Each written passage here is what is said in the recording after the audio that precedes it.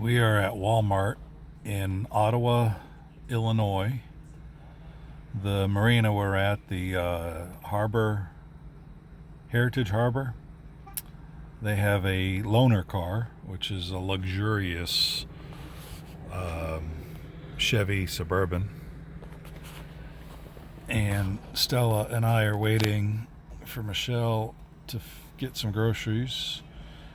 We went to a hardware store and got some of this dryer, 4-inch. The reason is our carbon monoxide alarm's been going off every night. And after doing some research online, it's not from carbon monoxide because we're not burning anything. But our batteries are off gassing hydrogen. And for some reason, our CO alarm senses hydrogen.